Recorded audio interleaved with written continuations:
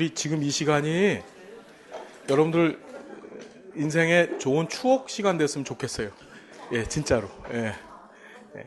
끔찍한 시간이 아니고, 예, 예. 추억이 될 수 있겠죠? 예. 이렇게, 오늘 있는 대로 진도를 뽑을 거고요. 나머지는 우리 밴드에다가 다 강의를 올려놨죠. 아시죠? 정책론, 인행사, 조사론 중요한 것들 위주로 해서 일단 밴드에 다 걸어놨어요. 강의 찍어서. 제발 부탁인데 그걸 보셔야 돼요. 네. 그걸 안 보시면 안 돼요. 그것만 믿고 보세요, 제발.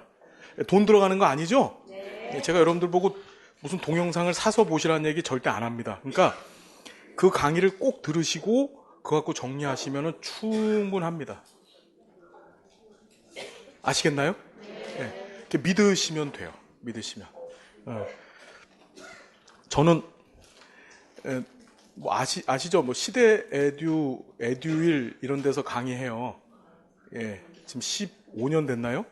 그러니까 참 많은 사회복사님들 만났어요. 이제 학교에서도 강의를 하고, 이제 여기 노량진 이 학원에서도 강의를 합니다. 근데 되게 감사한 게 뭐냐면 일을 하면서 제가 오프 강의를 되게 좋아하는 게 많은 귀한 분들을 만나잖아요, 그죠? 예, 되게 행복해요, 이 시간이. 진심입니다. 예. 진심으로 너무너무 행복해요. 되게 싫은데. 자, 그래. 자. 너무너무 행복합니다. 그래서 여러분들 좋은 만남 가져서 고맙고요. 제가 소통할 수 있는 창구가 뭘까 고민하다가 만든 게 밴드인데, 이 밴드를 통해서 그냥 시험 보고 끝나는 게 아니고, 이제 내년이 되면 여기다가 이제 그 취업 알선 링크가 들어올 것 같아요. 이런 거 해주시겠다는 분들이 계셔서 그런 것도 좀 달고 뭐 이래가지고 그냥 사회복지사들의 어떤 그 커뮤니티 이런 것들에 좀 도움되는 일을 진심으로 하고 싶어요. 예. 그리고 누누이 말씀드리지만 할 수 있는 일들이 정말 많기 때문에 사회복사 자격증만 갖고서 우리는 우리의 시각만 갖고 보시는데 그러지 마시고 당장에 내년에 학교 사회복사, 의료 사회복사 생기고 이분들 다 공무원 돼요, 이제. 네. 의료 사회복사까지는 공무원이 아닌데 학교 사회복사는 지금 공무원 시킬 거예요, 다. 네. 그런 것도 미리 준비하시는 사람이 뭐가 될까요? 선점을 하겠죠?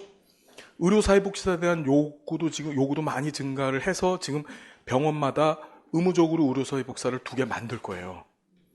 그럼 이제 초기 채용도 많이 늘어나겠죠? 그런 것도 여러분 준비하시면 돼요. 그것뿐만 아니라 뭐 창업도 요양원 말고 할 거 되게 많습니다. 예. 장기요양에서 돈 벌자고 하시는데 제가 작년까지 국회 장기요양 제도 개선 위원이었었습니다. 예. 그래서 이 판이 어떻게 돌아가는지를 너무 잘 알아요. 정부는 재정적 능력이 없어요, 지금 이걸 끌고 갈 수 있는. 그래서 올해도 수가가 전부 2% 안팎으로만 인상을 하고 앞으로 더 어려워질 거예요. 어떤 수익사업적 목적으로 여기에 접근하지 마시고 사회복지를 하잖아요. 그러면 떼부자는 못 됩니다. 절대로. 근데 절대로 굶지는 않아요. 예. 이해되시죠? 예. 그러니까 방향성을 정확히 잡고 내가 이거 갖고 돈 벌 거라고 생각하시면은 그럼 이제 여러분 이렇게 될 수 있어요. 감옥이 아니고 이렇게 눈 가리고서 PD 수첩에 나오죠. 그래서 제가요 원래 이런 사람이 아니었거든요 이러면서 이러고 PD 수첩이나 또는 그것은 알고 싶다에 나올 수 있어요. 예. 그러니까 그거 하지 마시고 그렇게 하지 마시고 저는 복지사님들이 젊은 복지사가 할 일이 있고 연배가 있으신 분들은 할 일이 참 더 많아요. 사회복지 시설들도 여러분들 손 필요한 게 되게 많거든요. 꼭 장기간 기간 말고. 그런 것들도 같이 소통하면서 자문 주세요. 밴드에다가 밴드 들어가 보시면은 사회복지시설 설립과 운영에 관한 그 해시태그를 하나 달았는데 거기 들어가시면 사회복지시설 설립하는 방법들을 종류별로 다 해놨어요, 제가. 그런 것도 좀 보시고 그 다음에 운영 방법에 관한 것들 다 해놨어요. 여러분들 그 장기간 기간 운영하시는 분들도 그렇고 다 질문하신 것들에 대한 답 다 달아놨거든요. 그런 거 보시면서 꿈을 확장해 나갔으면 좋겠어요. 아시겠죠? 원래 1급 시험 준비용 밴드가 아니고 사회복지사 소통용 밴드로 만든 거예요, 이게. 예. 예. 그렇게 하셨으면 좋겠고. 이 얘기가 여러분들한테 어떻게 들릴지 모르겠는데 한 번뿐인 인생이잖아요. 한 번밖에 없잖아, 이 인생에. 혹시 25만 년을 계획하고 사시는 분 안 계시죠? 100년도 못 사는 한 번뿐인 인생인데 정말 멋지게 좀 살아봐야 되지 않겠어요? 하고 싶은 거 딱 정해놓고 해야 되죠. 그죠? 예. 자꾸 뭐 미루지 마시고 난 할 수 없다는 생각하지 마시고 그냥 질러버리고 하세요, 그냥. 그럼 다 됩니다. 예. 아시겠죠? 예. 하시면 됩니다. 그리고 사회복지사라고 하는 직종 자체가 뭐예요? 세상을 변화시키는 사람들 아니에요, 그죠? 그렇죠? 예. 그러니까 그 변화의 주체가 되는 겁니다, 주체가. 딱. 이야, 얼마나 멋있어, 그냥 딱. 우리 그렇게 꿈을 좀 나누면서 살았으면 좋겠어요, 멋지게 꿈을. 아시겠죠? 예. 강의 좀 제발 들으세요, 제발. 부탁이야, 진짜. 내가 이렇게 호소를 해야 돼. 제발 시험 좀 붙어달라는 게 내 소망인데. 그래서 올해 전국을 이러고 돌아다니고 다니는데, 예. 근데 공부 더럽게 안 해요, 진짜. 예. 예. 예. 제 강의 정확히 들으시면 학교 갈 수도 있어요. 아시겠죠? 제발 공부 좀 하세요, 제발. 플리즈. 예? 예. 예. 자. 예, 뭐, 예. 육주 하는 거예요. 예, 예. 하시는 거예요. 예. 예, 제가 합니다. 예. 예. 예. 예, 여기서 합니다. 예. 예. 예. 원래 저 일본 가서 하려고 했었어요. 예. 예. 예. 예. 그렇죠. 예, 일본 가서 와다시야 간코코 데스 이러면서 하는데 예. 예. 자. 그래서 각자 하시는 일들이 있겠지만 조금 더 확장해서 이렇게 목표를 좀 크게 잡으시고 꿈을 좀 크게 가지시고 할 수 없다라는 생각 좀 하지 마시고 그런 말도 하지 마시고 하자 하면 된다 이런 생각 갖고서 탁탁탁 나가는 겁니다. 다 돼요. 물질적인 거 돈이 없어서 뭘 못한다. 어린 반푼어치도 없는 소리입니다. 나이가 많아서 다 거짓말입니다. 예, 뜻이 있으면 길이 생기는 거예요. 그죠? 예. 자, 진행합시다. 실천 기술론이에요.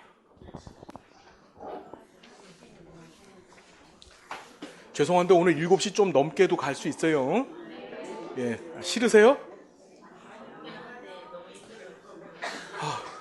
그럼 너무 힘들어서 어떡하라고요, 그러면. 예.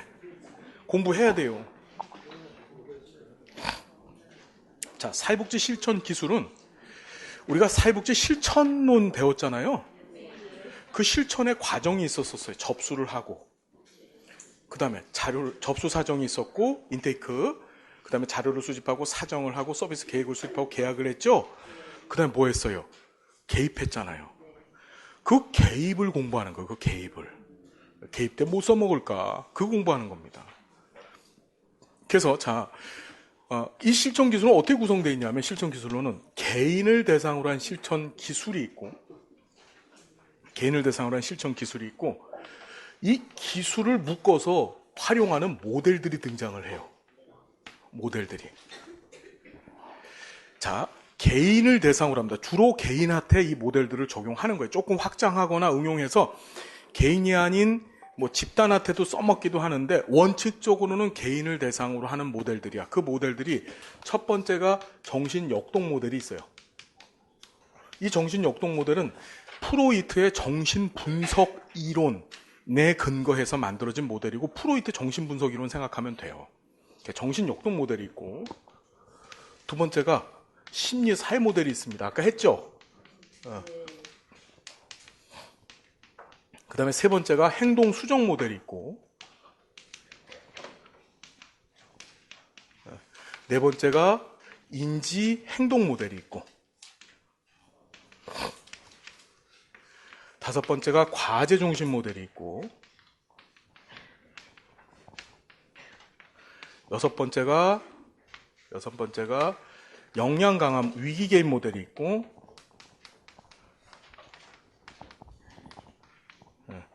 역량 강화 모델이 있고,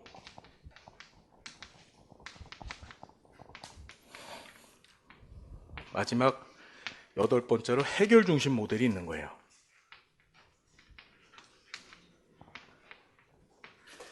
자, 이 모델들을 공부합니다. 많죠? 많아요. 많습니다.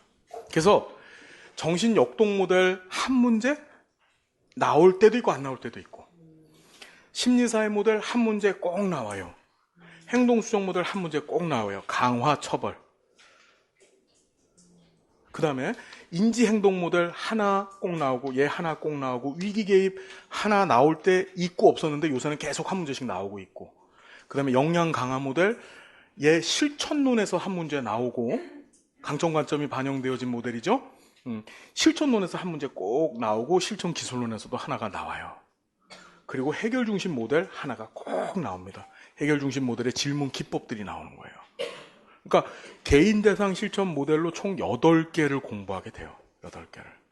그 다음에 이제 가족 얘기를 하죠. 가족. 개인, 가족, 집단, 지역사회라고 했잖아요. 그렇죠. 가족을 대상으로 한 실천 모델. 그러니까 가족에서는 어떤 얘기가 등장하면 도대체 가족이 뭐니?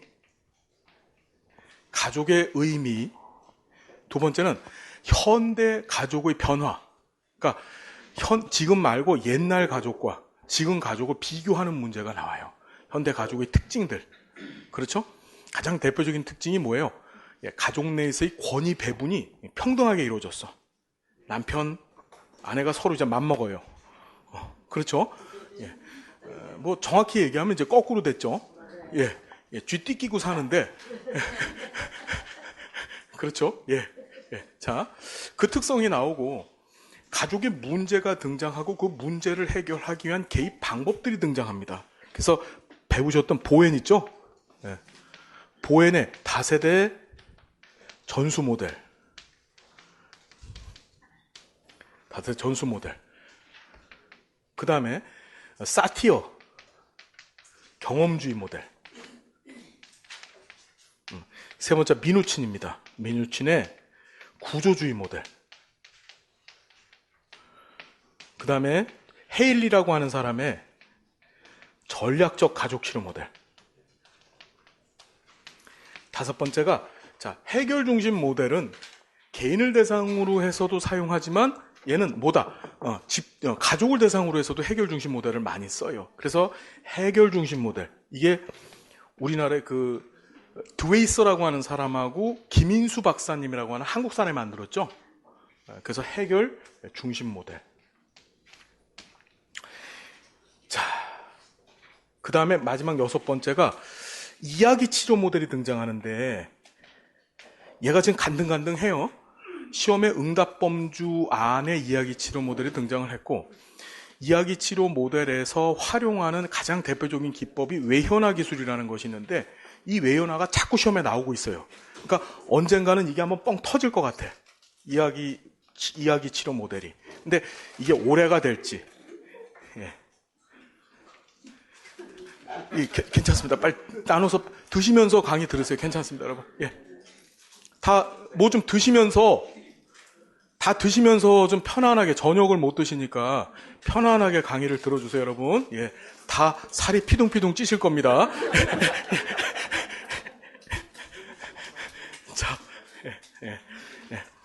자, 이렇게 가족 치료 모델들을 공부할 거예요. 요게 다예요, 요게 다. 됐나요? 그래서 6개를 보고, 그 다음에 쭉 이쪽으로 가서 집단. 집단 안에서는, 전 잠깐 보겠습니다. 집단에서는 집단이 도대체 뭔지. 집단이라는 거 정확히 말씀드리면, 우리가 그룹 워크, 집단 사회복지 실천을 하잖아요. 그럼 왜 집단을 구성할까요? 그냥 개별 사회사업 하면 좋은데. 1대1로 사회복지 실천하면 좋은데도 불구하고 집단을 구성하는 이유가 있어요. 정확히 말씀드리면 집단은 치료적 효과를 보기 위한 수단이에요. 수단. 뭐라고요? 수단이에요. 그러니까 다시 얘기할게. 이렇게 얘기하는 거야. 봐요. 우리가 치료 레크레이션 프로그램 받아보신 적 있으세요? 이제 레크레이션 강사가 막 이렇게 막 벙벙 뛰면서 레크레이션을 하면은 여기에 참석했던 사람들이 이제 같이 이제 그걸 집단 역학 또는 집단 역동성이라고 얘기했는데 그룹 다이내믹스가 발생을 하는 거야. 그 치료를 일으켜. 근데 내가 레크레이션 강사고 여기 선생님 한 분 계셔. 한 분을 놓고 이렇게 레크레이션 하면 어떤 일이 벌어질까? 굉장히 서먹할 거예요. 그죠? 네. 치료가 안 일어나. 그러니까 이게 집단을 우리가 활용하는 이유는 사람들이 모여 있었을 때 그 모여 있었을 때 생기는 힘이 있어요. 그것을 바로 집단 역학이라고 합니다. 집단 역학이라고도 하고 이걸 영어로 다이나믹스인데 이 다이나믹스를 역동성이라고도 해요. 그러니까 집단 역학, 집단 역동성이 발생을 해서 이것 때문에 집단이 뭐 하는 거야? 치료적 효과가 더 센 거야.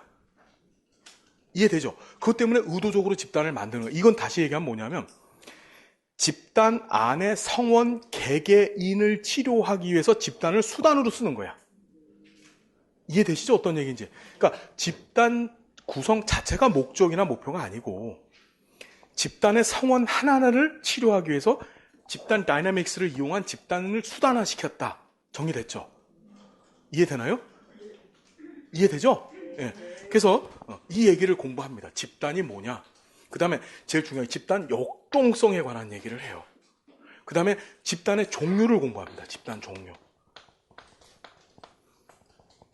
집단 종류가 뭐가 있죠, 여러분? 자, 집단의 종류는 크게 치료 집단이라는 것과 과업 집단이라는 것과 자조 집단이 있어요. 다시 집단 종류 뭐요? 치료, 과업, 자조 집단. 자, 치료 집단이라는 거, 자, 치료 집단하고 과업 집단, 자조 집단을 구분하는데 치료 집단하고 과업 집단은 뭐 하는 거냐면 소셜 워커, 사회복지사가 이 안에 들어가서 주도적 활동을 하는 거야. 집단 성원들을 대상으로 해서 주도적 활동을 하는 거예요. 그게 치료 집단, 과업 집단이야. 됐나요? 반면에 자조 집단은 사회복지사 없어도 돼. 자조, 말 그대로 스스로 지들끼리 돕는 거야. 그래서 사회복지사 필요 없이 자체적으로 자생하여서 스스로 상부상조하는 집단이 바로 뭐지? 자조 집단이에요. 자조 집단. 자, 이 치료 집단 안에 치료 집단이 지금 이건데 집단을 치료적 도구로 활용하는 게 치료 집단이에요. 그래서 이 치료 집단의 종류 안에 뭐가 있죠? 첫 번째, 지지 집단이 있습니다. 무슨 집단? 지지 집단. 지지 집단이 뭐죠? 예? 지지 집단. 이 길 가다가 손에 찌지가 묻었잖아요. 그러면 찌지야 이렇게 얘기해주면 찌지 집단이죠, 그죠? 예, 예, 예. 자, 우리가 인생을 살아가다 보면 정말 마음 아픈 생활 사건에 부딪힐 수 있어요. 내 사랑하는 가족이 암에 걸렸어. 또는 내가 이혼을 했어. 그런데 내 아이가 이제 학교에 입학해야 돼. 그러면 이제까지는 다른 사람들한테 다 숨겼지만 학교에 입학하게 되면 숨길 수가 있어 없어지는 거예요. 이해되시죠? 자, 뭐냐? 지지단은 동일한 생활 사건을 경험하고 있는 사람들끼리 서로 모여서 상호 지지, 이 지지는 정서적 지지예요. 우리 동병상련이라고 하잖아요. 그죠? 같은 상황에 놓여 있는 사람만 그 사람의 진짜 마음을 아는 거야. 이해되죠? 무슨 얘기인지. 그러니까 아무리 누가 내가 너 마음을 알아 뭐 떠들어대도 걔가 내 경험을 경험하지 못했다고 한다면 걔는 모르는 거예요. 이해되나요? 그게 바로 지지 집단이에요. 그래서 암 환자, 환우 가족의 모임, 이혼, 취학 연령의 아동을 둔 이혼 가정의 모임, 이런 것들이 바로 대표적인 지지 집단이에요. 됐죠? 지지 집단은 집단 내에서 상호 개방성이 강할까 안 강할까? 집단 내에서는 성원들끼리는 상호 개방성이 굉장히 강하겠죠. 왜? 같은 경험을 갖고 있는 사람들끼리 모였기 때문에 나도 암 환자가 있어. 너도 암 환자가 있어. 얘기하겠죠. 그렇죠. 그래서 집단 내에서 굉장히 상호 개방성이 강한 집단이에요. 이해되죠? 그 다음에 두 번째가 교육 집단이에요. 뭔 집단? 네, 교육 집단. 교육 집단은 지금 우리 이게 교육 집단이야. 어떤 주제를 정해놓고 주제와 관련된 걸 강의식으로 가르치는 거야, 이렇게. 이해되죠? 그걸 무슨 집단? 네, 교육 집단이라고 얘기를 해요. 그것도 치료 집단에 들어갑니다. 자, 세 번째가 성장 집단이에요. 무슨 집단? 성장이라고 하는 용어를 인간행동과 사회환경에서 공부해 봤어. 발달의 세 가지 유사 개념 들어봤어요? 그게 뭐였죠? 성장, 성숙, 학습. 기억나죠? 성장이 무슨 뜻이요? 그렇죠. 이건 신체적인 성장, 신체적인 양적 발달을 성장이라 그러죠. 그렇죠. 그러니까 보통 인간행동과 사회환경에서 다루는 이 성장, 영어로 growth인데 얘는 어떤 의미를 갖고 있느냐? 신체적 발달에 보통 한정을 둬요. 이해되시죠? 어떤 얘기인지. 근데 그거하고 전혀 틀려. 이 성장이라고 하는 것은 내면의 성장이야. 내면의 성장. 대표적인 가치 명료화 집단. 그러니까 내가 삶의 가치가 뭔지 몰라. 내가 왜 사는지를 잘 모르는 사람들이 있어. 그 사람들 데려다 놓고서 뭐 하는 거죠? 그 가치를 정확하게 심어줘요. 그게 바로 성장 집단. 참만남 집단이라고 하죠. 참만남 집단. 예? 그게 뭔지 알아요? 부부 참만남 집단. 그런 거 해보셨어요? 우리가 만나서 지금 살고 있어, 지금. 부부가. 근데 이게 진짜 사는 것 같아? 네. 그렇죠. 우리가 결혼이라고 하는 형식적인, 사회 형식적인 그런 절차에 의해서 부부가 살고 있지만, 진짜 만남이 이 안에 있을까? 진짜 인격으로서의 만남. 이게 되게 필요해요, 여러분. 그런 교육을 좀 받으셔야 돼요. 그런 집단 교육도 좀 받고. 그렇죠. 예. 아유, 시간이 되면 좀 얘기 좀 많이 하겠구만. 자, 그 다음에 네 번째가 사회화 집단이에요. 아까 사회화가 무슨 뜻이라 그랬죠? 대인관계, 대인관계. 그래서 ADHD 애들이나 또는 뭐 저 감옥에서 출소한 사람들, 이런 사람들 대인관계 능력이 없잖아요. 그거 가르치는 거예요. 무슨 말인지 알겠죠? 마지막 다섯 번째, 치유 집단입니다. 치유 집단. 어떤 중증, 병적 질환을 갖고 있는 사람들을 모아놓고 걔네들 치유해 주는 거야. 알코올 중독자들, 마약 중독자들, 그렇죠? 데려다 놓고 치유할 수 있겠죠. 자, 근데 시험에 어떻게 나오냐면은 이 치료 집단들 가운데서 자조 집단으로 운영할 수 있는 집단이 있어요. 뭘까요? 그러니까 자조 집단으로 써먹을, 맞아. 치유 집단은 들어가. 또 하나 더. 그렇죠. 지지. 치유 집단과 지지 집단은 자조 집단으로 운영할 수가 있어요. 그러니까 복지사 역할이 그만큼 크지 않다라는 뜻이죠. 그러니까 지지 같은 경우에는 아픔 갖고 있는 사람들끼리 모여서 서로 위로해 줄 수 있는 거야. 복지사 굳이 끼지 않아도. 치유 같은 경우에도 같은 문제를 갖고 있는 사람들이기 때문에 알코올 중독자들끼리 서로 모여가지고, 자, 우리 중에 누구 하나 술 먹으면 같이 몰빵 맡기다. 그렇죠? 이해되시죠? 네. 그래서 미국에 가면 단주 클럽이라는 게 있죠. AAA 클럽이라고 단주 클럽이 있어요. 알코올 중독자들끼리 자조 집단을 만들어서 서로 뭐 하는 거야? 술 못 먹게 견제하는 거야, 서로. 그렇죠. 같이 먹는 게 아니고, 예. 선생님 축하드립니다. 8번. 예. 자, 됐죠? 그 다음에 과업 집단이라고 하는 것은 이 과업 집단을 사회복지 행정론에서 조직이라고 배워요. 조직. 이게 조직이야. 그러니까 어떤 특정 과업, 목표를 수행하기 위해서 사람들이 모인 거야.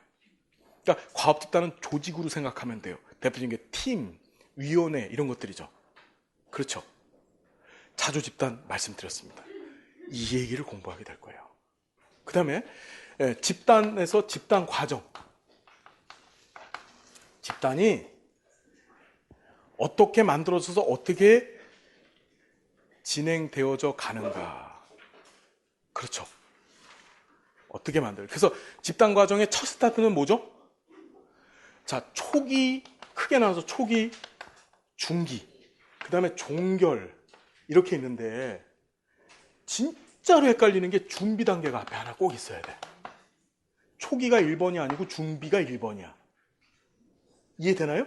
이거 미리 좀 기억합시다. 집단 과정의 맨 처음 스타트는 준비로 시작해, 준비로. 우린 시험에 나올 때 이걸 노리고서 출제위원들이 다 뭐냐, 초기가 1번인 줄 알게 하기 위해서 초기를 1번으로 놓고 나오는데 준비 과정이 있어. 이거는 아직 집단 성원의 첫 번째 회합이 이루어지지 않고 집단 계획을 수립하는 단계야. 사회복사가 이 집단을 어떻게 구성해서 어떤 목표를 가지고 진행할지를 계획하는 것이 바로 준비 단계고. 그렇죠. 그것에 맞춰서 실제적으로 첫 번째 회합이 이루어지면 그게 바로 뭐지? 초기야. 중기 단계 때 할 일, 집단 종결 과정에서 할 일, 이것들을 이제 공부하게 됩니다. 됐죠?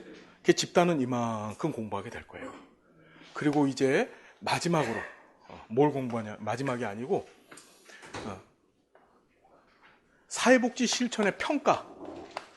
평가 있죠? 내가 실천을 했잖아. 실천을 했으면 이 개입의 효과성을 평가해야 되겠죠? 그 평가 도구로 단일 사례 설계를 공부해요. 그래서 이 단일 사례 설계 앞에서 말씀드린 것처럼 조사론에서 하나 나오고 그 다음에 실천 기술론에서 하나가 나오는 거예요. 단일 사례 설계는 개입의 효과성을 검증하기 위한 아주 좋은 방법이에요.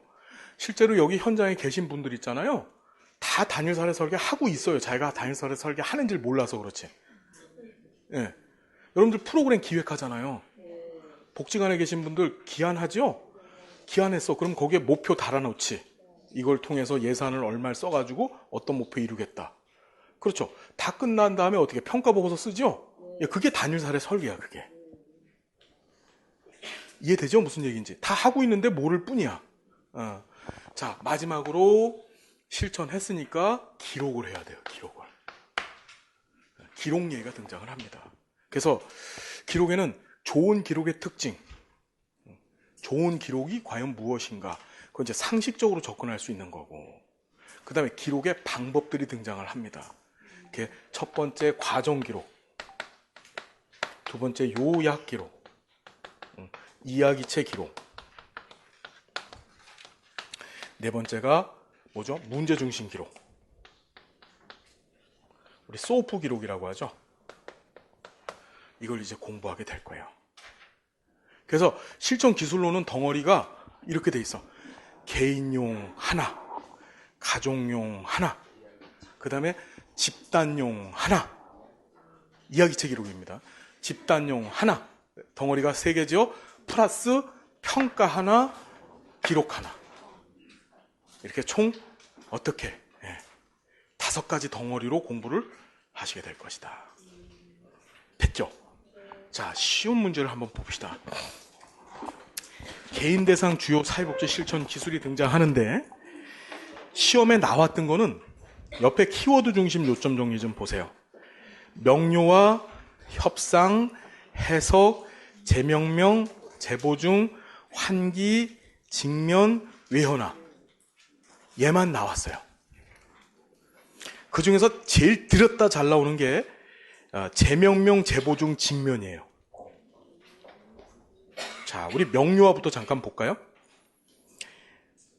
명료화라는 건 클라이언트의 추상적 혼란스러운 메시지를 구체적으로 표현하게 하는 거. 클라이언트는 전문가가 아니기 때문에 사회복지사에서 버벅벅벅거리면서 얘기해요. 뭔 소린지 모르게. 그거를 구체적으로 명확하게 알아듣게 얘기해달라고 요구하는 거예요. 사회복지사 클라이언트한테. 그래서 며느리에게 심하게 하셨다는데 구체적으로, 그러니까 이 엄마가 나는 며느리한테 굉장히 심하게 했어요.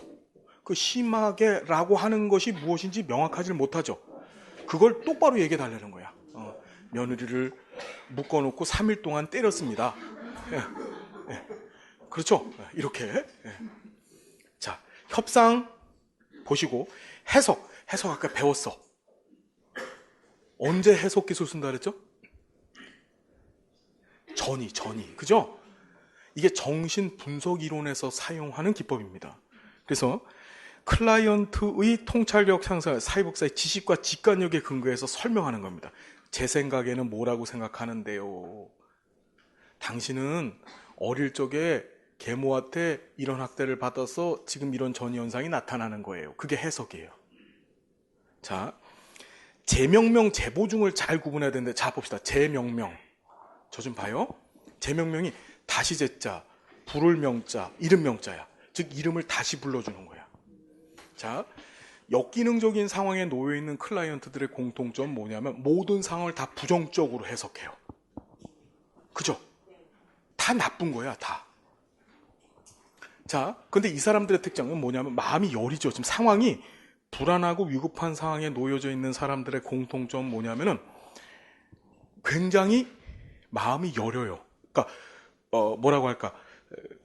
불안한 감정에 그대로 노출되어져 있는 거야, 자기가. 그럼 이 문제를 어떻게 해결하냐면은 클라이언트 입장에서 보기에 권위를 갖고 있다고 판단되는 자, 사회복사죠. 그 제3자인 사회복사가 강력하게 그 사건 자체를, 클라이언트가 부정적으로 보는 사건에 좋은 이름을 입혀주는 거야. 클라이언트는 상황을 부정적으로 보고 있는데 그걸 권위를 갖고 있는 사회복사가 거기다가 좋은 옷을 입혀주는 거야. 이름을 달리 붙여주는 거야. 긍정적으로 이름을 붙여주는 거야. 그게 제명명이에요.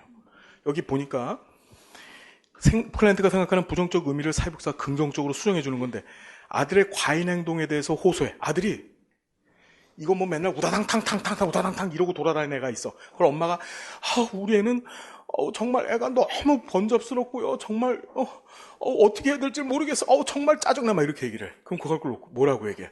아이가 참 활동적이군요. 이렇게. 그게 제명명이야. 그러면 권위를 갖고 있는 사회복사의 말을 어떻게 믿어요? 그래요. 그러니까 여러분들도요, 여러분들에게 주어진 환경, 조건, 여러분들이 만나는 사람들마다 뭘 해야 되는가? 제명명 시켜야 돼.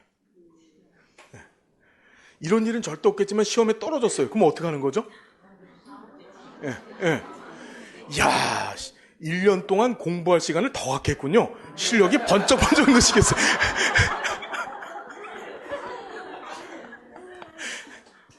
이해되죠?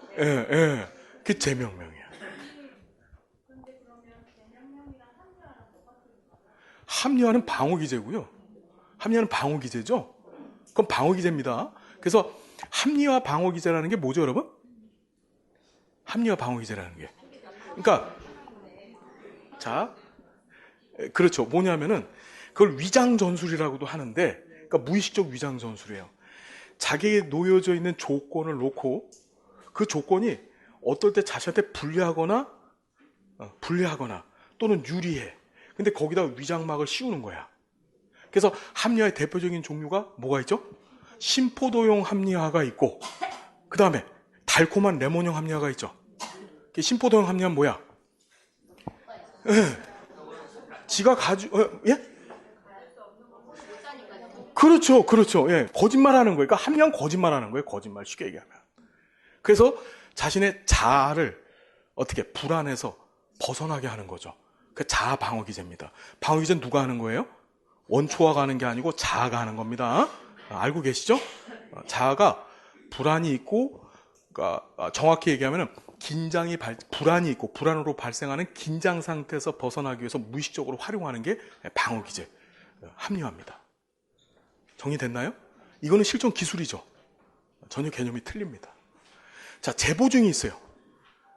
제보중이라는 거 인슈런스 하는 겁니다. 이건 뭐냐면은 클라이언트 안에 힘이 있어요. 자신의 문제 해결할 힘이 있어요. 근데 뭐냐면은 자기는 자신의 힘이 있다는 것을 모르거나 또는 알지라도 그 정도에 대해서 스스로 신뢰하지 않아요. 우린 되게 웃긴 게 자기를 신뢰하지 않아요. 자기를. 내 가능성을 인정하지 않는 거예요. 근데 이때 사회복사가 권위를 갖고 있는 제3자인 사회복사가 나서서 너는 이런 힘이 있어. 너 뒷다 잘할 거야.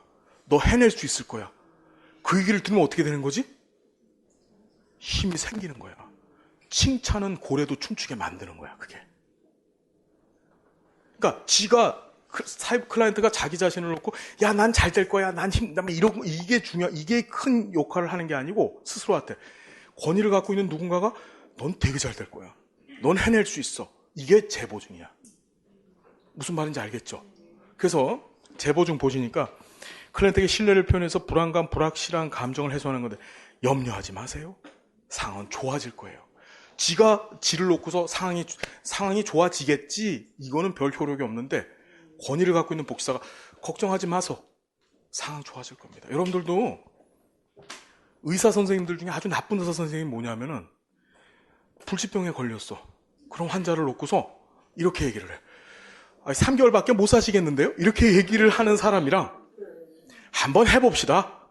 당신 치료될 수 있습니다. 현대의학이 얼마나 좋은데요? 어느 게 더 힘이 생겨요? 그러니까 전자 같은 경우에는 3개월밖에 진짜 못 살아. 근데 후자는 그 힘을 갖고 그게 재보증이에요. 그게. 무슨 말인지 알겠죠? 그 다음에 환기가 나왔어요. 환기.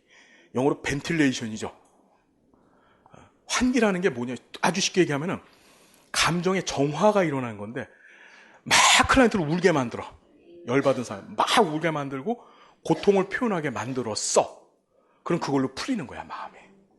이렇게 환기시키는 거야. 그래서 보니까 클라이언트에게 부정적 감정을 표현하기 위해서 강도를 약화시키는 거야. 힘드셨을 것 같네요. 그때 기분이 어떠셨나요? 한번 신나게 울어보시죠. 그럼 되게 중요합니다. 이게 우리 앞에서 그 라포 형성 기법에도 의도적 감정 표현이 나왔잖아요. 그러니까 사람들은요, 다 이 안에 뭐가 잔뜩 쌓여 있거든요. 이 쌓이는 거를 확 분출하고 싶어요. 막 욕도 하고 싶고, 그 다음에 막 분노도 표현하고 싶고, 울고도 싶고, 막 이런 게 있어요. 이 안에 다들 있잖아요, 여러분들도. 근데 그걸 받아줄 사람이 없는 거야. 그게 이제 마음의 병이 되는 거야, 그게. 그거를 사회복사가 받아주는 거야. 그 지는 썩는 거지, 속이. 하여튼, 농담이고, 예. 그러니까 여러분들도 그거 되게 중요해요. 그 아주 좋은 친구를 만난다는 게 삶의 상당한, 이렇게 오래 살고 싶으면 좋은 친구가 있어야 돼. 그 좋은 친구가 뭐야? 이 감정 받아줄 수 있는 친구야. 그게 있어야 돼. 이렇게 남자들은 어때? 소주 한 잔 쫙 마시면서, 야, 나 오늘 마누라한테 또 머리채 끄댕겼어. 막 이러면서. 그렇죠? 예. 그렇죠. 예. 아, 웃으시는 분들 마치 안 하는 듯이. 안 하는 듯이. 예. 자, 직면. 아까 말씀드렸죠. 불일치. 말과 행동의 불일치를 지적하는 거예요. 이게 자칫하면 비심판적 태도에 위반되죠. 그러니까 심판받고 있는 느낌을 갖는 거예요. 그래서 직면이 시험 문제 나올 때 어떻게 나오냐면, 직면은 개입의 초기 단계에서 쓰면 돼야 안 돼요. 그렇다면 큰일 나. 사회복사 클라이언트 사이에 충분한 라포가 형성된 중기 이상의 단계에서 써야지, 개입 초기 단계에서 직면을 쓰면은 네가 뭔데 이러고 그냥 나가버리죠. 이해되시나요? 그래서 보니까 잠시 무엇을 했는지 한번 살펴보세요. 지난번 하겠다고 한 것과 반대일을 하고 있네요.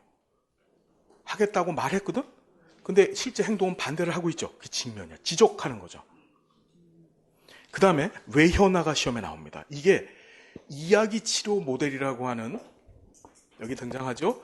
이야기 치료 모델에서 사용하는 기법인데, 이 외현화라는 것은 문제와 클라이언트 자신을 분리해서 클라이언트가 바깥에서 지 문제를 보게 만드는 거야. 사람은 어떠냐면 내가 지금 내 안에 문제를 갖고 있다고 생각해요. 그러니까 내가 내 안에 문제를 갖고 있고 문제가 나를 휘어싸고 그게 나를 괴롭히는 거야. 힘들죠? 근데 바깥에서 한번 보는 거야, 그 문제를. 내가 문제라고 하는 객체가 있고 바깥에 나와서 내가 그 문제가 뭔지 이렇게 보는 거야. 그게 외연화야. 보니까 클라이언트 그가 경험하는 문제를 분리해서 다루는 건데, 돈이 당신과 남편을 싸우게 만들었군요. 돈을 바깥에서 보고 있죠? 그러니까 돈이 당신과 남편을 돈이라고 하는 객체를 만들어 놓고 그 객체를 바깥에서 이렇게 보게 만드는 거야. 외현화. 바깥에 있을 현, 있게 만든다는 얘기죠. 그러니까 문제하고 클라이언트를 분리시켜서 보게 만드는 거죠. 정리됐나요? 자, 문제 좀 봅니다. 1번. 2번 좀 봐요. 해석은 시험 문제 나오는 형태가 뭐냐면은 각각의 개인 기술에 대한 개념을 묻는 문제가 나오고, 그래서 개념을 다 이렇게 해놨죠. 그렇죠? 협상은 클라이언트의 메시지가 추상적이나 혼란스러운 게 보다 구체적으로 표현하도록 하는 거, 그건 명료하죠. 예? 협상이 아니고. 해석은 클라이언트의 통찰력 향상을 위해서 사회복지사의 지식과 직관력에 근거해서 설명하는 것이다. 여기서 지식은 정신분석학적 지식이에요. 됐나요? 네. 재보증, 클라이언트의 불안감이나 불확실한 감정을 줄이고 편안한 감정을 가질 수 있도록 돕는 거죠. 넌 할 수 있어. 이게 재보증이에요. 불안해하는 클라이언트한테 굉장히 효과적이죠. 재보증, 예를 봅시다. 시어머니가 돌아가셔서 슬프다고 하셨지만 표정은 그렇게 안 보입니다.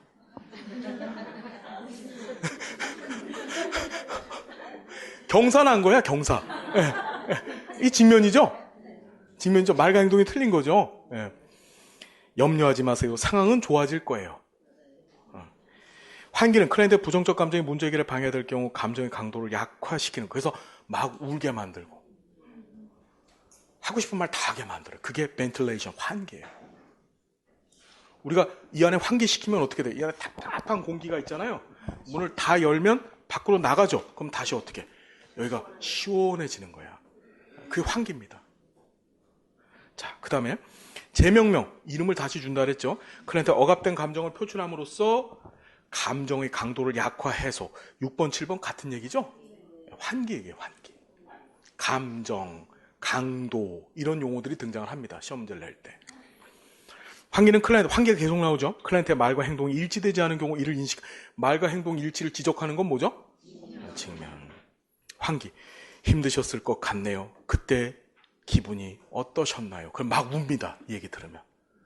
그렇죠. 그때 기분 어땠어요? 이러면 하면서 막 울죠. 그 환기가 되는 거야. 알겠습니까? 네. 직면. 잠시 무엇을 했는지 살펴봅시다. 지난번 하겠다고 한 것과 반대를 하고 계시네요. 말과 행동의 불일치를 지적하고 있죠.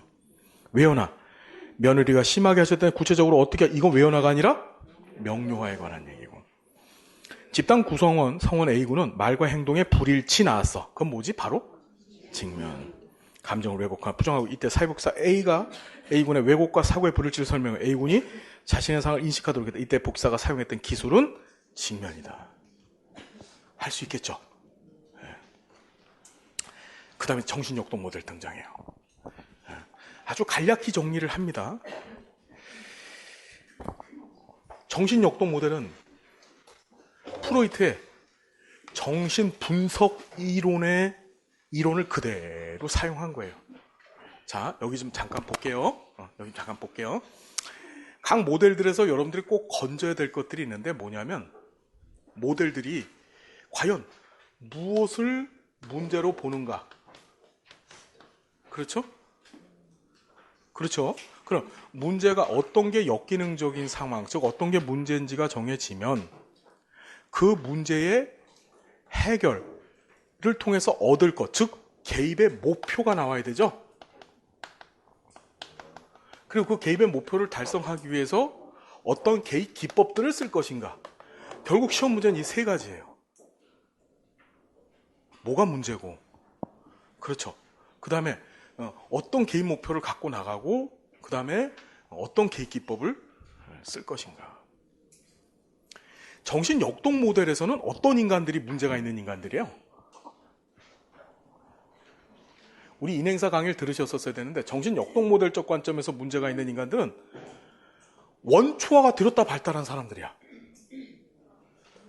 원초화는 1차 사고 과정을 통해서 쾌락 원리한 1차 사고가 본능이야, 본능. 우리 조두순 씨 아시죠? 자, 길을 갔어요. 술을 한잔 했어요. 근데 여자애가 하나 지나가요. 그러면 일반적인 사람이라고 한다면은, 자, 1차 사고 과정이 뭔지는 아시죠? 그러니까 본인의 본능적 욕구를 충족시켜줄 대상이 심상, 이미지로 머릿속에 뿅 하고 떠오르는 거야. 그럼 조두순 씨 같은 경우는 그때 뭐가 떠올랐냐면 그 아이를 겁탈하는 장면이 떠올랐을 거야, 머릿속에. 심상, 이미지로. 그쵸? 일반적인 사람은 그런 원초와의 쾌락 원리에 근거한 1차 사고 과정을 자아가 현실 원리에 의해서 억제시켜야 돼. 그거 하면 큰일 나, 너. 감옥 가. 그거 하면 안 돼. 근데 얘는 그게 안 되는 인간이야. 그러니까 어떻게 됐어? 원초와 본능이 시키는 대로 가서 그 아이를 겁탈한 거야. 무슨 얘기인지 알겠습니까? 자, 정신 역동 모델에서 문제 갖고 있는 인간은 도대체 어떤 인간이냐면 원초화가 들었다 발달한 인간. 이게 쉽게 말하면 자아 기능이 떨어져 있는 인간이야. 자아는 그러니까 정신 분석학적 관점에서 자아라는 것은 유일하게 원초화를 통제할 수 있는 유일한 힘이야. 근데 그 자아 기능이 떨어져 있어. 그러니까 본능대로 사는 거야. 그 짐승들이 되는 거죠, 쉽게 얘기하면. 그래서 정신 역동적 관점으로 봤었을 때 역기능적인 문제를 갖고 있는 클라이언트들은 다 이게 본능에 충실한 인간들이고, 이 얘기는 다시 얘기하면 자아 기능이 떨어져 있는 인간들이야. 그렇죠. 그러면 이 인간들을 어떻게 해줘야 돼? 자아를 업그레이드 시켜줘야 되죠.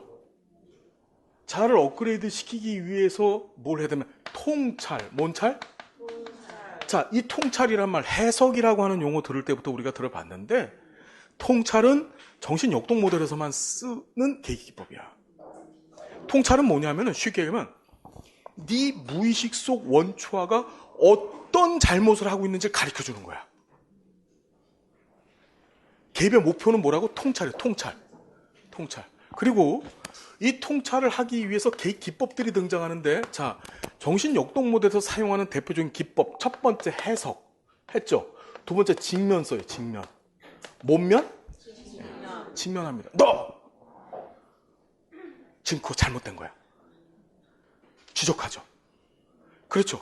세 번째가 훈습이에요. 훈습이 뭐죠? 예? 예, 그렇죠. 그렇죠. 훈습이라는 게 불교 용어죠. 우리 훈제 아시죠? 훈제가 고기를 뭐에다 익히는 거예요? 숯불에다 익히는 거가 아니고 연기에다 익히는 게 훈제죠. 예. 숯불에다 익히는 건 숯불구이입니다.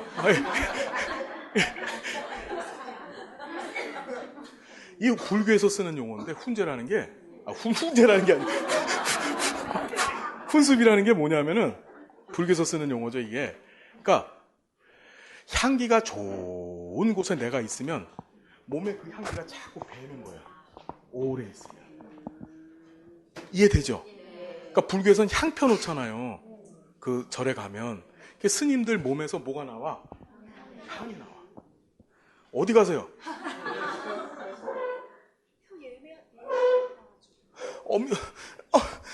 집이 어디신데요?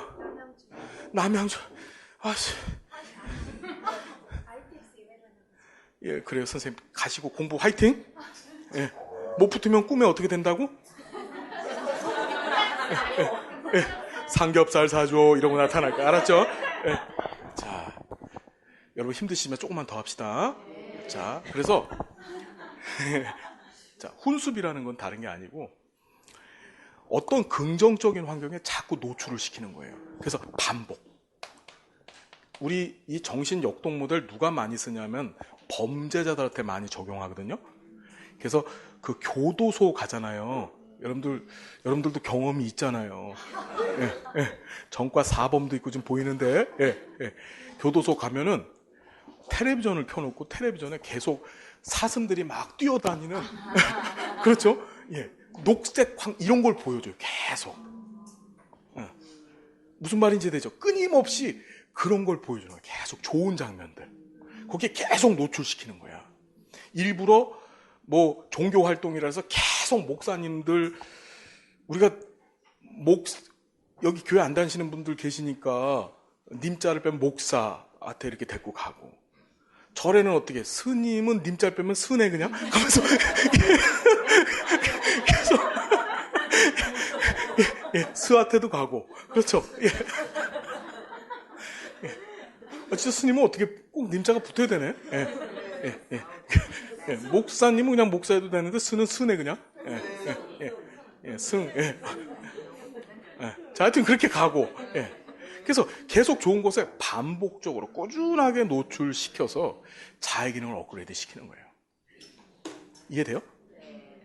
자, 정신역동 이론이 시험 문제 나올 때는 정신분석 이론에서 사용하는 용어의 개념들, 즉 인행사에서 공부하셨던 것들을 묻고, 이해되나요?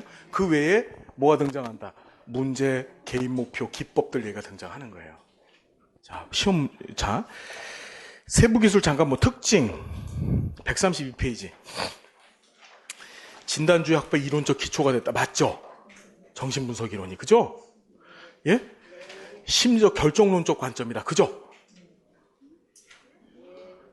지금 132페이지 키워드 중심 요점 정리하고 있어요. 여러분, 인행사에서 결정론이 몇 번 나와요?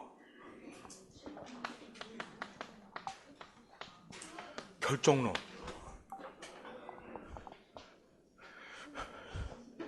첫 번째, 스키너의 조작적 조건화 이론이 있었죠?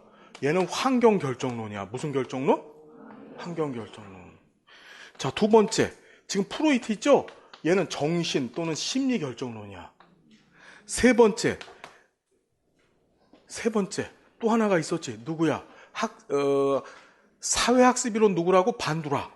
사회학습 반두라. 반두라는 무슨 이론? 상호 결정론이야. 이거 시험에 들었다 잘 나오잖아. 결정론자 붙어 있는 게 세 개야. 첫 번째, 스키너의 무슨 결정론? 환경 결정론. 자, 프로이트의 무슨 결정론? 심리하고 정신은 똑같은 용어라고 인행사 공부할 때 우리 했어요. 그죠? 반두라의 무슨 결정론? 시험에 정말 잘 나옵니다. 결정론자 붙어 있는 게 세 개입니다.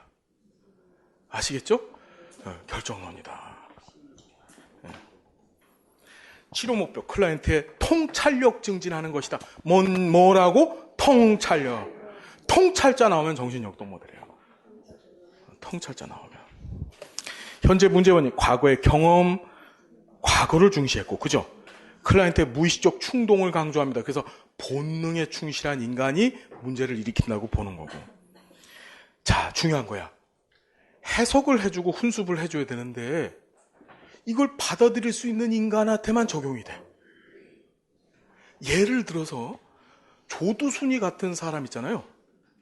그런 사람은 정말 그 사람한테는 미안하지만 그 사람은 성범죄 전략이 18범인가 그래요.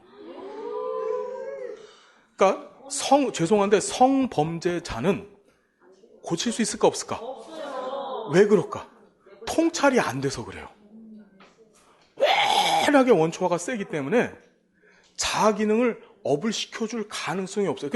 성범죄자가 그런 문제가 있기 때문에 화학적 거세 이런 것들을 하잖아요. 절대 고쳐지질 못해요, 성범죄자는. 예. 어떡하라고. 그래서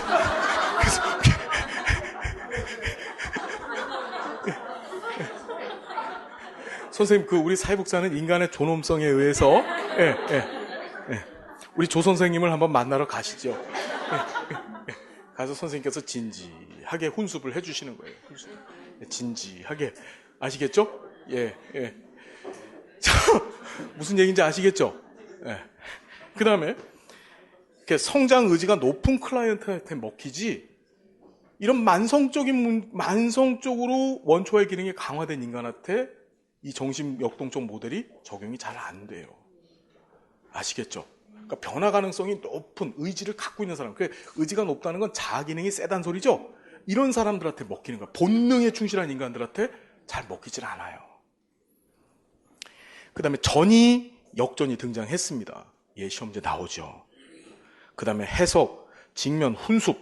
그렇죠? 그 다음에 자유현상도 하나 뺍니다. 자유현상. 자유현상 뭔지 아시죠? 자유현상이 뭐야?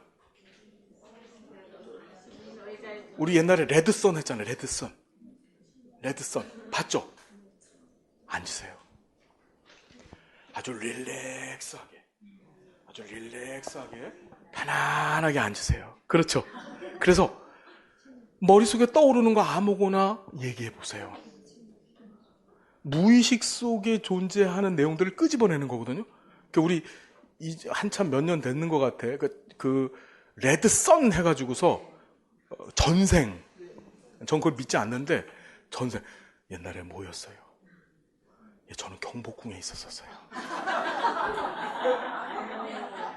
이야, 어디 있었어요? 근정전에 있었어요. 이야, 뭐였어요?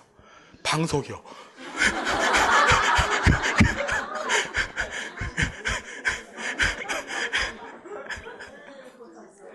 그렇죠? 원래 왕자리에 놓는 방석 출신이었었던 거예요. 자, 농담이고요. 전이 분석한다. 정리됐죠? 그래서 자, 시험 문제 나오는 것도 가만 봐봐요. 1번, 131페이지 1번. 기능주의 학파의 이론적 기초가 되었다. 기능주의가 아니고 진단주의죠. 진단주의 몇 년도서부터 했다고요? 1920년대 전후반. 기억나죠, 여러분? 예. 기능주의는 30년대 후반. 그래서 기능주의와 진단주의를 누가 합했다고요? 예. 폴 뉴먼이요? 예. 진주만, 펄만. 몇 년도예요? 1957년이에요. 57년에. 걔가 합쳤어요. 그래서 무슨 모델 만들었다고요? 문제 해결 모델. 거기서 4P 얘기했다 그랬죠? 4P. 이 4P가 시험 문제 정말 잘 나오는 게, 이 4P하고 행정론에 가시면 마케팅 4P가 나오죠? 이 4P가 2번 나와. 펄만의 4P. 그래서 문제가 있는 사람이 문제를 해결받는 장소에서 문제를 해결하는 과정, 이렇게 해서 나오고. 자, 마케팅 4P는 뭐죠, 여러분? 그렇죠. 첫 번째가 프라이스죠. 프라이스, 가격. 두 번째 플레이스예요. 플레이스가 뭐죠? 유통이죠, 유통. 그다음 프로모션이에요.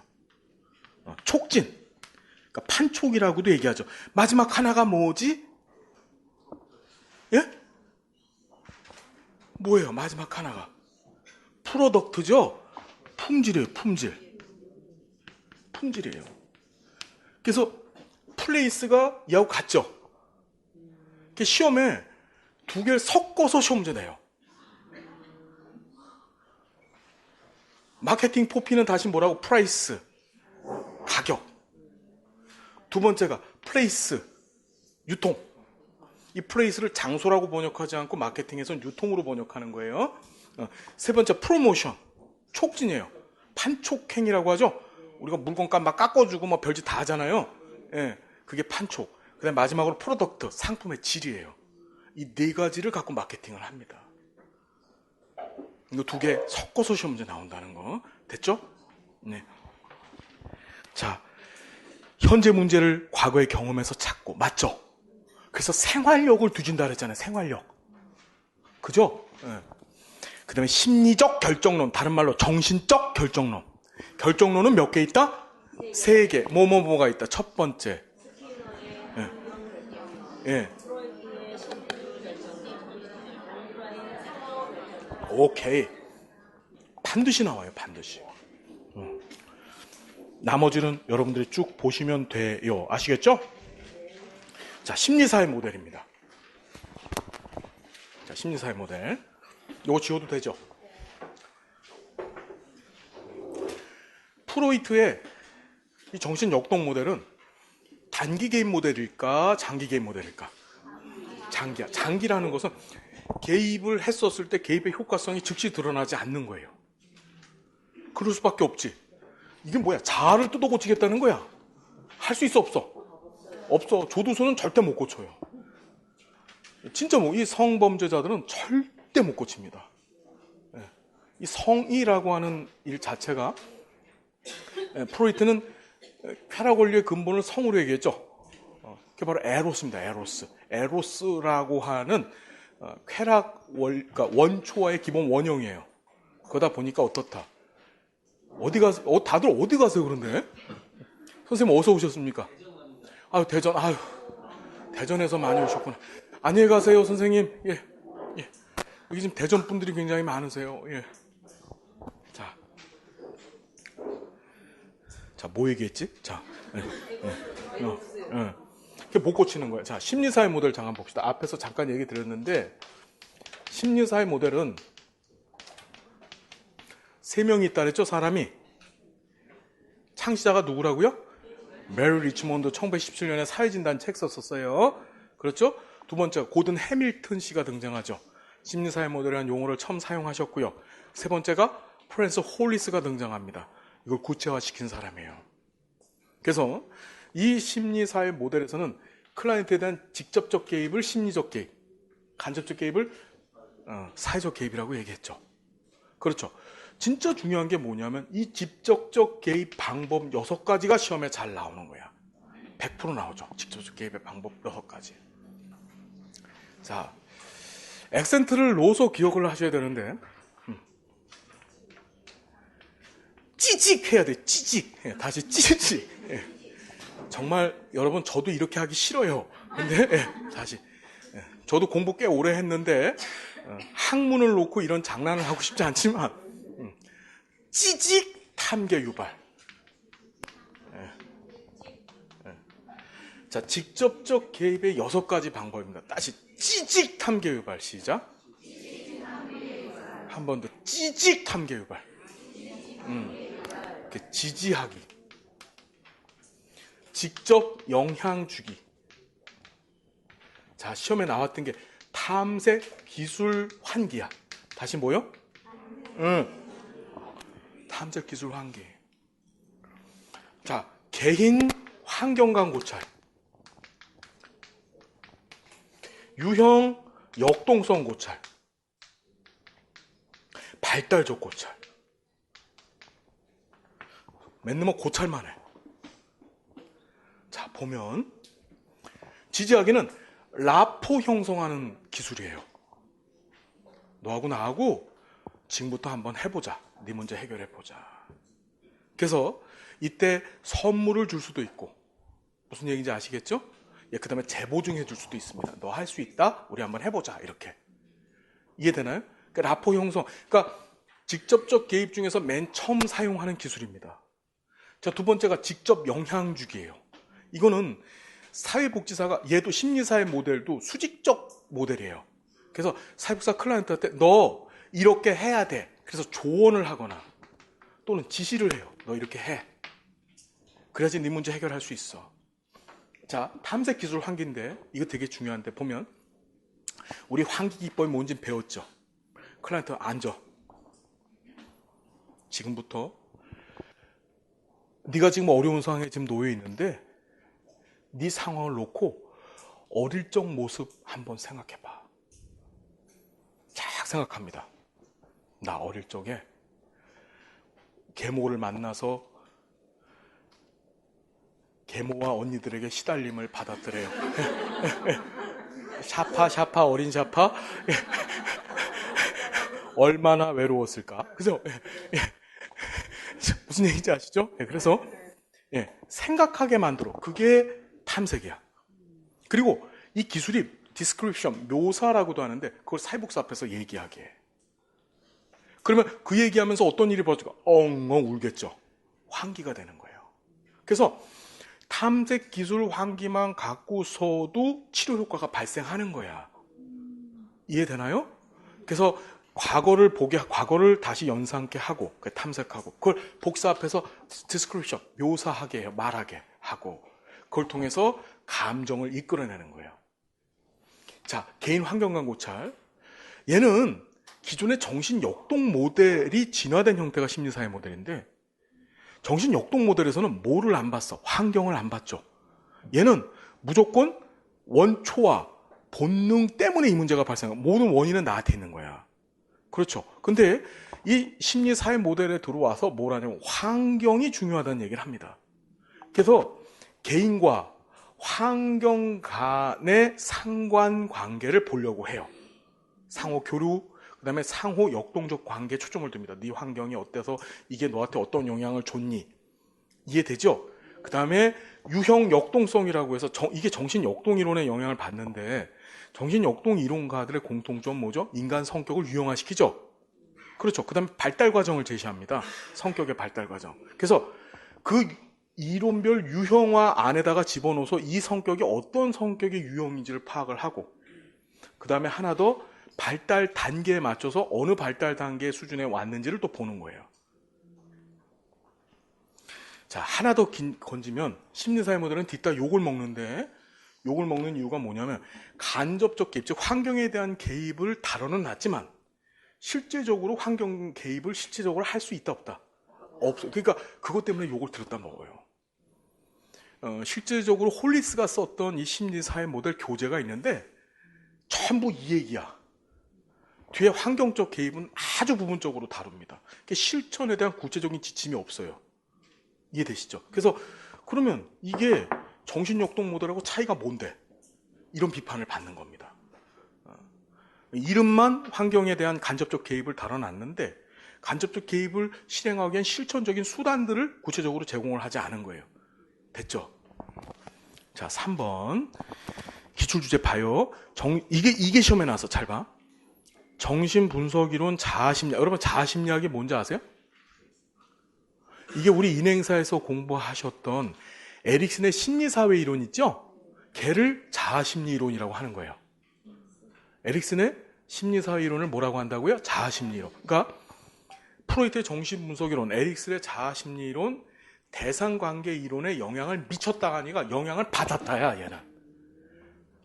되게 중요하죠. 그래서 보니까 해설란 밑줄 그세요. 심리사회 모델은 정신분석이론, 대상관계이론, 체계이론, 생태학적 관점, 자아심리이론, 역할이론, 의사소통 이론 등의 영향을 받았다. 그러니까 이론이 뭔지는 기억을 했는데 이게 받은 건지 미친 건지 구분을 못 해가지고서 틀려요. 예. 예. 예. 자, 클라이언트 현재와 초점이, 자, 중요한 게 이 정신 심리사회 모델은 핵심이 지금 여기야. 뭐라고요? 이 지금 여기라고 하는 개념을 제시했던 사람이 심리학자 중에 로저스죠. 로저스의 인본주의 이론, 현상학적 이론 안에서 지금 여기를 얘기합니다. 얘는 상담이거든요. 상담의 기본 베이스는 지금 여기에서 시작하는 거예요. 뭔 말인지 알겠죠? 그래서 지금 여기 기억하시고, 그 다음에 하나 더 본다면 이제 과거도 보겠죠. 이런 데서 탐색을 할 때도 과거를 봐야 되고, 그렇죠? 유형 역동성이나 발달성 고찰할 때도 과거를 봅니다. 이해되죠? 그 다음에 클라이언트의 수용, 자기결정 강조한다. 상담 모델이기 때문에 그래요. 클라이언트를 받아들이고, 그러니까 우리가 로저스가 인본주의론을 얘기하면서 현상학적 모델을 얘기하면서 상담을 하기 위한 기본 자세로 수용과 클라이언트의 자기결정권 존중을 얘기하잖아요. 그게 그대로 적용된 거예요. 그러니까 정리를 하자면은 앞에 정신역동 모델은 치료에 초점을 뒀다라고 본다면 얘는 상담이야, 상담. 클라이언트 성격 유형, 심리, 내적 역동에 초점을 뒀고 직접적 영향. 자, 보세요. 제 생각에는 담임 선생님을 만나보시는 것이 좋을 것 같아요. 이게 조언이죠, 조언. 기술 중에서. 직접적 영향 주기 맞습니다. 자, 직접적인 문제를 해결해서 사회복사의 의견을 강조하는 거 맞죠? 탐색 기술 환기, 클라이언트와 환경과의 상호작용에 대한 사실을 기술하고 감정을 표현하게 하는 거야. 무슨 말인지 알겠죠? 계모가 환경이야. 그 계모한테 학대를 받았어. 탐색한 거고. 생각하고. 그걸 복사 앞에서 말하게 만들고. 그래서 벤틸레이트 시키는 거예요. 됐나요? 인간 상황 또는 인간 환경에 대한 고찰, 사건에 대한 클라이언트의 지각 방식, 행동에 대한 신념, 외적 영향을 평가하고 발달적 고찰. 어린 시절에도 이런 느낌을 느낀 적 있나요? 어린 시절을 돌아보게 만들죠. 밑에 보니까 특징과 개입 기술 다 해놨죠? 이 정도 보시면 돼요. 자, 행동수정 모델 봅니다. 얘는 스키너의 조작적 조건화 이론하고 반도라의 사회학습 이론을 묶어서 시험 문제 내요. 그거 사용하는 용어들. 자, 부적 강화 배웠지요? 부적 강화는 행동의 빈도수를 증가시키는 거고, 부적이라는 것은 비매력적인 강함을 자명종 주는 거야. 이해되나요? 그래서 부적 강화는 불쾌한 자극을 제거해서 행동을 증가시키는 것이다. 맞습니까? 틀립니까? 그러니까 행동 증가시키는데 불쾌한 자극, 때려랑 울리는 소리를 지가 없애는 거죠? 그러니까 맞고요. 긍정적인 강화, 이게 정적 강화를 얘기하는 거죠. 행동의 발생 빈도와 정도를 증가시킨다. 맞아요? 틀려요? 뭘 제공해서? 이건 정확히 얘기하면 강화에 관한 설명이고, 긍정적 강화는 매력적인 강화물을 제시해서 행동의 빈도수를 증가시키는 거죠. 정적 강화는 강화를 제공해서 행동을 감소시킨다. 감소시키는 건 뭐죠? 처벌이지, 처벌. 처벌. 그죠? 그래서 정적 강화라는 것은 매력적인 강화물을 제공해서 행동을 증가시키는 게 맞죠. 이해되나요? 너 돈 줄 테니까 일찍 일어나. 이겁니다. 됐나요? 자, 강화는 바람직하지 않은 행동을 감소시키는 건 뭐지? 처벌이죠, 처벌. 그러니까 같은 문제를 자꾸 이렇게 말만 바꿔서 내는 거예요. 처벌받는 행동은 발생 빈도가 줄어든다. 맞죠? 강화된 행동은 발생 빈도가 증가되는 거고요. 정적 처벌은 행동의 결과로 불쾌한 자극을 제거해서 이루어진다. 자, 불쾌한 자극이 제거되는 것은 부적이죠. 부적. 그렇죠. 부적 처벌은 불쾌한 자극을 주어서 잘못된 행동을 수정한다. 이건 정적 처벌이죠. 매를 쳐서 거짓말을 못하게 만드는 거예요. 됐나요? 처벌은 행동의 빈도수를 줄이는 거고 강화는 행동의 빈도수를 증가시키는 거예요. 됐나요? 부적 처벌은 체벌을 제시해서 행동의 발생 가능성을 감소시킨다. 체벌, 매 때리는 거 있잖아요. 매 때리는 것은 정적 처벌이죠. 뭔가를 줘서 행동의 빈도수를 감소시키는 것은 정적 처벌. 뭔가를 뺏어서 행동의 빈도수를 감소시키는 것은 부적 처벌이죠. 너 게임기 뺏는다, 오락하지 마. 이게 뭐야? 부적 처벌이죠. 너 게임 하냐? 한 대 맞자. 이건 뭐야? 정적 처벌. 됐죠? 오케이. 아이가 버릇없이 굴 때마다 어머니는 아이를 달래주거나 야단을 쳤다. 그래도 아이 행동이 변화되지 않아 어머니는 생각을 바꿔 아이를 달래주지도 야단치도 않아. 그 결과 아이의 버릇없는 행동이 감소됐어. 이러한 현상을 설명하는 기법이 바로 강화됐던 행동이 강화물을 더 이상 주지 않으니까 어떻게 없어져 버리는 거야. 그걸 소거라래요. 소거. 이해되나요? 자, 정적 강화, 부적 강화, 정적 처벌, 부적 처벌에 관한 얘기들 이게 시험에 나오는데 얘는 인행사하고 같이 엮어져서 나오죠. 꼭 봐주시고 이제 인지행동 모델이 등장합니다. 인지행동 모델은 삐아제 인지발달 이론 플러스 행동주 이론이 결합돼서 만들어진 거죠. 이렇게 인지행동 모델의 기본적인 가정은 뭐예요? 사람은 자신이 갖고 있는 인지대로 행동을 하는 거야. 이해되나요? 그래서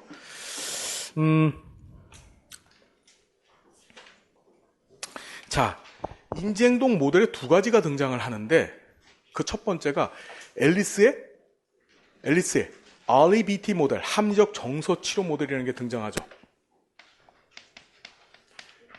이름이 앨리스입니다. 들어보셨죠? 이 사람 사는 나라가 어디예요? 이상한 나라죠, 이상한 나라. 그죠? 토끼가 말을 하는 나라예요.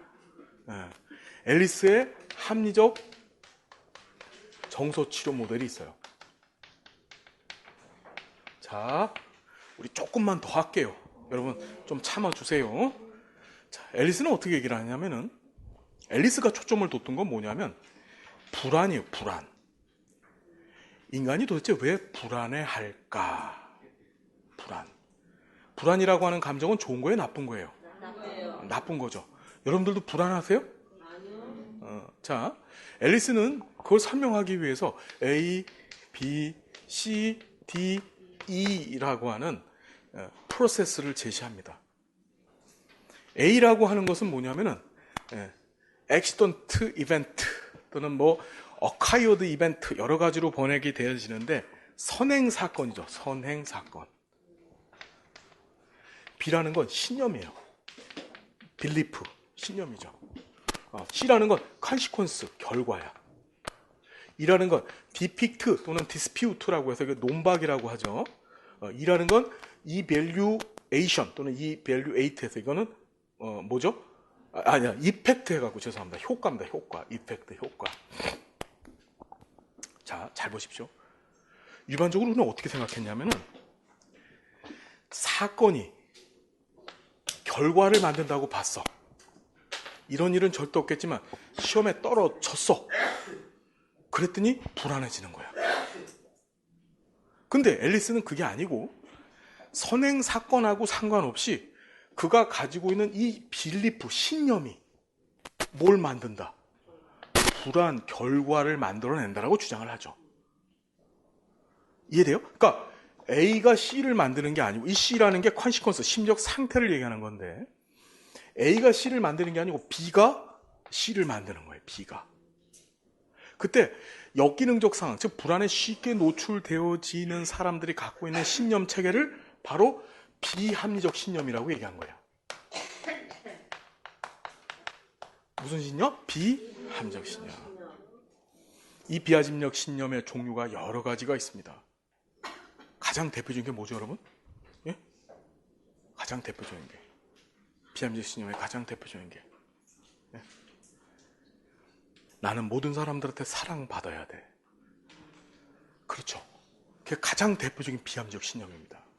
나는 모든 것을 다 잘해야 돼. 그렇죠. 그런 사람 없죠? 그런 사람 없습니다. 예. 이 세상에 뭐든지 다 잘하는 사람 없어요. 예. 자, 그럼 비합리적 신념 체계를 어떻게, 자, 중요한 게 이게 시험에 나왔는데, 이 D라고 하는 게 디픽트, 이게 논박인데, 얘는 인지수정 모델은, 그러니까 인지행동 모델은 기본적인 베이스가 교육적 접근을 해요. 무슨 접근한다고요?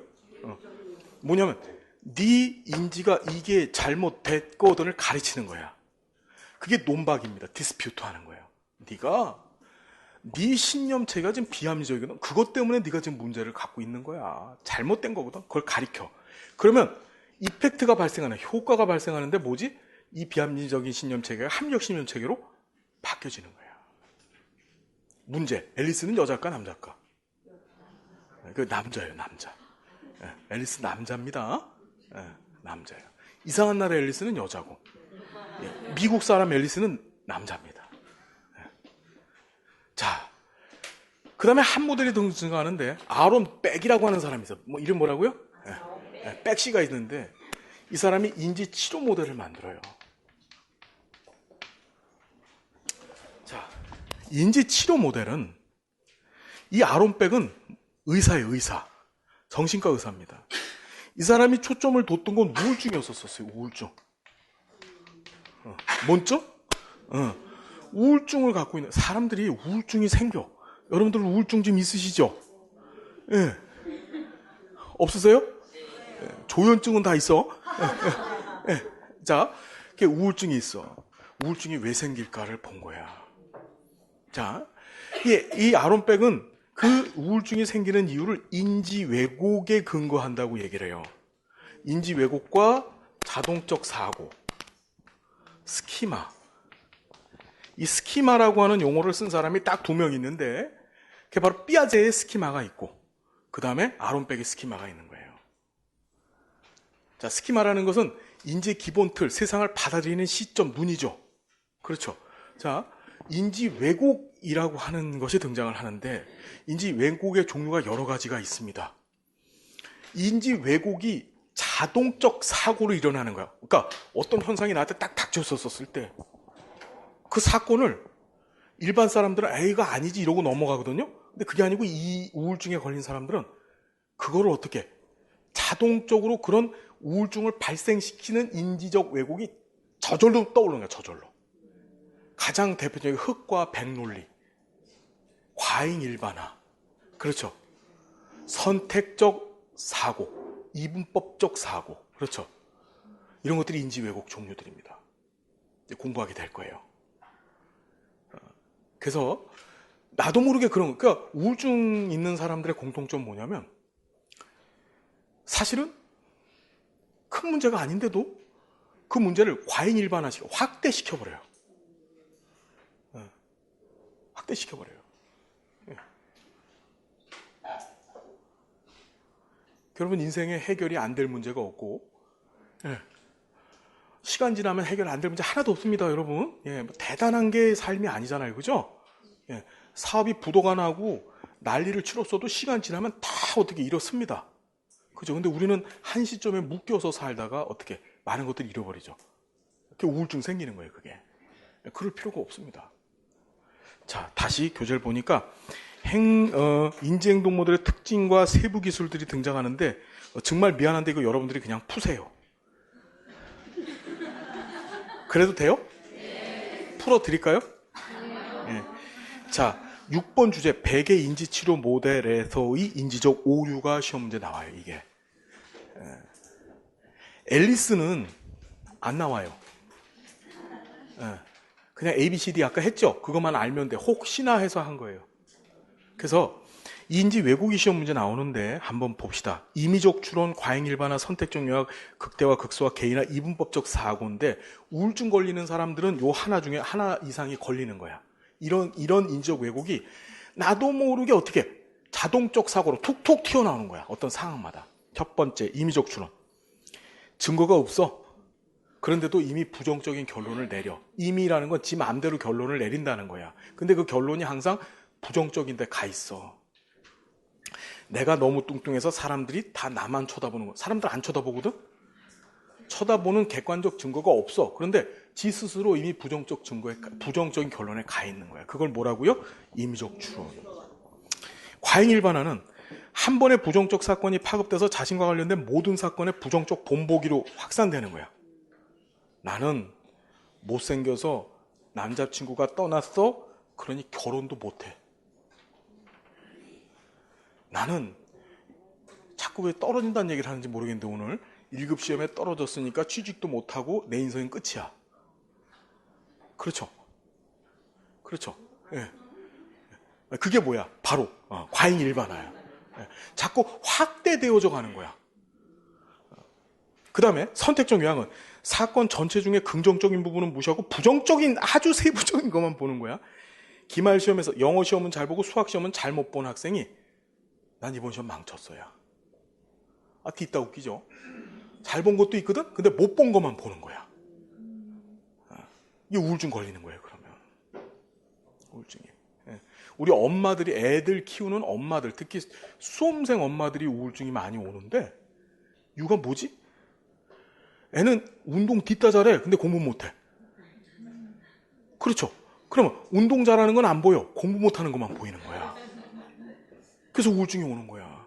그런 애들은 운동 시켜야 돼. 지가 하고 싶은 거 가서 백댄서 하라고 하세요. 그런 거는. 이해되시죠? 예. 귀도 뚫고 코도 뚫고 그죠? 예. 혓바닥도 뚫고 해가지고 예. 맞죠? 여러분들도 하고 싶은 거 하시죠? 예. 그렇죠. 우리 선생님은 뭘 하고 싶으십니까? 예. 예. 예. 세실 때까지 하나, 둘, 셋. 예, 그만. 자, 뭘 하고 싶으신데요? 예, 예. 굉장히 강력한 페르소나를 갖고 계시죠. 예, 예. 뭔가 수줍은 듯 하지만 예, 집에 가시면 제가 분명히 약속드릴 수 있는 것이 예, 나 왔어 밥 먹자 이러고서 이제 함지박에다 밥을 넣고 김치를 넣어서 쓱쓱 맞죠? 예? 예. 예, 예. 저를 사람 취급을 안 하고 계신 거예요 지금. 자, 그 다음에 극대화 극소화. 부정적인 부분 했죠 지금. 부정적인 부분은 극대화시키고 긍정적인 부분은 극소화시키는 거예요. 선택적 요약이 현 시점에서 증거가 있어. 잘한 게 있고 못한 게 있단 말이야. 그럼 못한 데다 초점을 둔 것에 반해서 극대화 극소화는 미래 시점이 되는 거야. 못한 걸 확 늘리는 거야 지가. 이해되죠? 그래서 사회복사 1급 시험에 120점 학생 나는 120점밖에 못된 이러면서 그죠? 예, 그렇죠. 그 다음에 개인화. 요게 제일 심한데 내 탓이야. 다 나 때문에 이렇게 됐어. 우리 천주교 다니시는 분들이 차에다 뒤에다가 다 내 탓입니다 이렇게 붙이고 다니시더라고요. 예, 우울증 걸려요. 예, 예, 예, 예.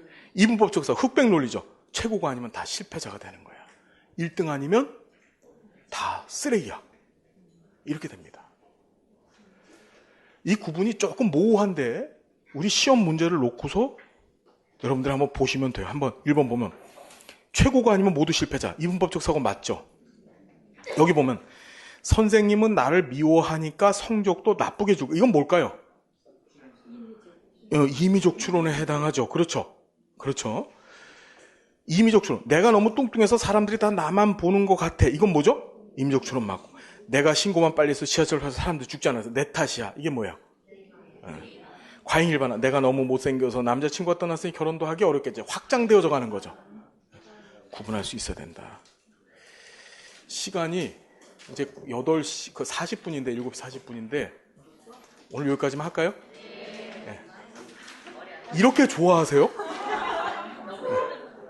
네. 너무 힘드시죠? 자, 요 나머지 부분에 대해서는 다른 데서 녹화를 해서 올려드리든지 할 텐데 여러분 자 부탁 좀 드리겠습니다. 제가 올해 목표가 세워졌어요. 뭐냐면 제발 합격을 좀 하셨으면 좋겠어요. 공부를 좀 해주셨으면 좋겠는데 공부해 주실 거죠? 네. 그래서 공부 열심히 좀 해주시고 꼭 얘기 안 끝났는데 가방을 싸요. 네. 평택 평택 가세요. 안녕. 자, 그 다음에 여러분들 공부하시다 궁금하신 게 있으면 밴드에다 질문해 주시고요. 공부에 진력을 좀 다해 주십시오. 오늘 실천론 이만큼 공부했으면 충분하고요. 다른 것들도 마찬가지입니다. 강의 올려놓은 거 다 들으세요. 아시겠죠? 자, 함께 해서 고맙습니다. 우리 다음에 또 뵐게요. 예, 예.